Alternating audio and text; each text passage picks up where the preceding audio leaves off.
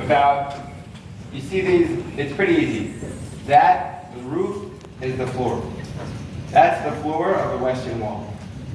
Okay, so we're like 10, 15 feet under the western wall today. And just 6 years ago, they put these beautiful pillars up to hold up the western wall today. Okay, so you can see what the western wall looked like 2,000 years ago. Okay? This is the same 2,000-year-old stones that King Herod's people put in here. Okay? And they're very pure and pristine here. Because again, no one's touched them for the last 700 years. They've got the frames. Okay? Let me see this frame. They've got the limestones. That's what a Jerusalem stone is. They're placed one on top of the other, 1 centimeter more inward than the next. They're very big. They go in a long way. Very heavy. We're going to see in the next room the heaviest ones. A lot of precision. And how do you know they're for sure Western Wall stones? Better than carbon dating, better than pottery analysis. You got the prayer notes, right? So it must be Western Wall. And that's a joke. That's not actually how we know it's the Western Wall, but you do see the prayer notes, which means that nice people like you said, hey, this my prayers can get some more airtime, some more wall time here, so they put them here. Great idea. Smart people. Tell me, is this the ground level here, or does it start? So again, what we're looking at is eye level, i.e. ground level, 2,000 years ago, where our feet are. Okay. Now, even 2,000 years ago, they had to dig really, really, really deep in order for the wall to last. So what you see from your vantage point, and in the corner you get the best vantage point, you see the bottom, how low the foundations of the western wall go. Got it? The custom of putting prayer notes on the wall is mentioned 300 years ago by a great sage. The idea is that when you want to get to a holy place, you want to put your thoughts down on paper, makes the prayers a little bit more real. So this is eye level. This is eye level, again, 2,000 years ago, when our ancestors are walking down the western wall. And what were they doing back then? They probably weren't praying too much. They were on their way. It was a marketplace. It was Wall Street.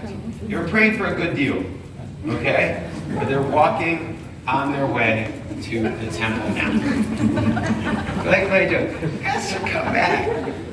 Usually my wife doesn't laugh at my jokes, so it's good. Can we put our request? Correct, it's good to laugh. Yeah. Can we put our request, prayer request? Yes. While I'm talking, forget about what I'm saying and just talk, right? Put them in. Seriously though, you could put them here, you could put them in, it's a good spot. That square in the wall, archaeologists have identified to actually have been a storefront. In other words, someone's putting their wares, maybe they got little doves, the dove sacrifices, could have been dates, could have been t-shirts. I survived the Temple Mount. We haven't yet found the evidence for my theory. But the point is, someone's selling something here on Wall Street. That's pretty amazing. Next to that, in the middle, you see that little hole, the road on the bottom? That is an ancient water passageway. It's a sewage system, okay? From 2,300 years ago, the drainage system of the Hasmoneans. Now, Josephus recounts how Jews used to hide in this drainage system as they tried to escape the wrath of the Romans. And unfortunately, recently we found remnants of Jewish life from 2,000 years ago as they tried to hide from the Romans. Pretty scary. Next to that, they found a weight about 2,500 years old, a little rock, but it was used as a shekel. It has 2 shekel nicks on it, and that's what they used to use back in the olden days. And my highlight of this room is this giant circle thing that we just chanced upon. Can anybody guess what this giant circle thing used to be? You get a point just for trying that. Can't lose. Another bath. Another ritual bath, good guess. But actually, see, when they first found it, they thought they had chanced upon the Sanhedrin, high court, like my good man said we're looking for. But bad news, guys, it's not the high court. Sorry. We knew that there was a high court around here at that time period, but there's a bunch of issues. First of all, its back would have been towards the temple. And the Jews weren't to build a permanent structure with their back towards the temple. It would have been considered disrespectful. Second of all, more importantly, all of the pottery that they found. Oftentimes we date things through pottery, which can be dated through a specific time period, or coins that we can find at a specific time period. Okay? It was all dated to 52 years after the destruction of the temple. About. So there's no more temple, there's no more high court, there's none of that. We're not even in Jerusalem anymore, my friends. We're in Ilia Capitolina, the Roman city. Okay? And this is an amphitheater. Okay? The Romans loved amphitheaters. And so some guy would be standing on the stage over there, and he'd be doing a Roman TED Talk. Okay? He'd be doing a poetry slam. And everybody would be sitting here clapping. It sounds really sweet. But what's interesting is they never finished building this amphitheater. It's a work in progress. Okay? There's steps over there. And you guys can see, everyone will be able to see soon, there's another staircase right over there. And it's still being built, the staircase. There's still rock in it. They're chiseling away the rock. In other words, they never finished it. Why didn't they finish building it? Maybe because, remember, there was that rebellion in 132 when the Jews rebelled against the Romans? And they saw another amphitheater being built and doing who knows what with its back towards the temple. It probably made them pretty angry. I'll tell you another thing which we found. On the bottom, they took the stones from the floor of the western wall and they used it to build their amphitheater. How do you think the Jews felt about that? They didn't like that. So this could have been one of the many triggers which launched the Bar Kokhba rebellion, which is why they never finished the amphitheater. But unfortunately for the Jews, they lost and got kicked out of Jerusalem for the next 500 years. So anyways, a heck of a lot of drama, a lot of history that we just unearthed about 5 years ago.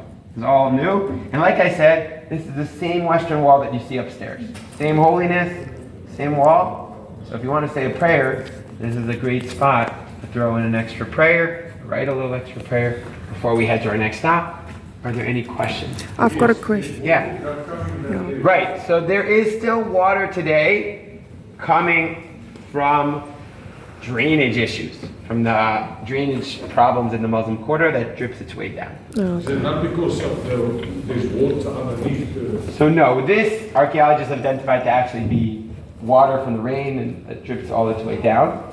You might have been asking yourself, I forgot to address this, where did all the water come from 2,000 years ago? Remember we saw that ritual bath? We said that the Great Bridge was actually an amphitheater, an aqueduct. Where's the water coming from? Solomon's pools. Very good. Not bad. Usually only archaeologists know that one. So Solomon's pools, squares built in the ground by Bethlehem, by Ephraim, which you can still see to this day, or you can look on Google Images, pictures. So they built 2,300 years ago these giant squares. The rain comes there, and the aqueduct system goes 21 kilometers, 61 miles, winds its ways around the hills of Jerusalem until it hits the Great Bridge, which goes to the Temple Mount. Okay? Some of that water gets siphoned off for the ritual bath we saw before. So a lot of genius water technology for the Israelis even 2,300 years ago, and that water system was in existence until 1917. So 2,200 year story. Pretty crazy. Any other questions about anything in life? We got it? We're good? Okay, I wanted to show you that I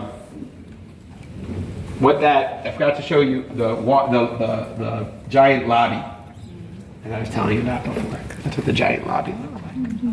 Herod's beautiful lobby. On the way here, on the way to the Western Wall, on the way to the Temple Mount. Okay. I'm going to slowly walk to our next stop, which is this way. I'm going to say very good opportunity. We're going to have our last couple of stops. As you stand this side, just... Yeah, you want to see a picture of there?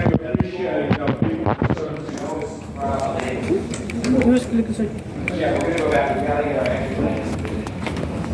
There, here. Oh, you're all the way up. This is the Western Wall. So ons het nou 'n klomp Jode wat by ons staan in die bid by die muur nou. Is reg onder hulle. Daar is winkeltjies. Maar kyk hoe groot sy steen is. Staan nou op baie. Yeah, they're both very interconnected vegetables. That's more focused on the first level, and this one is more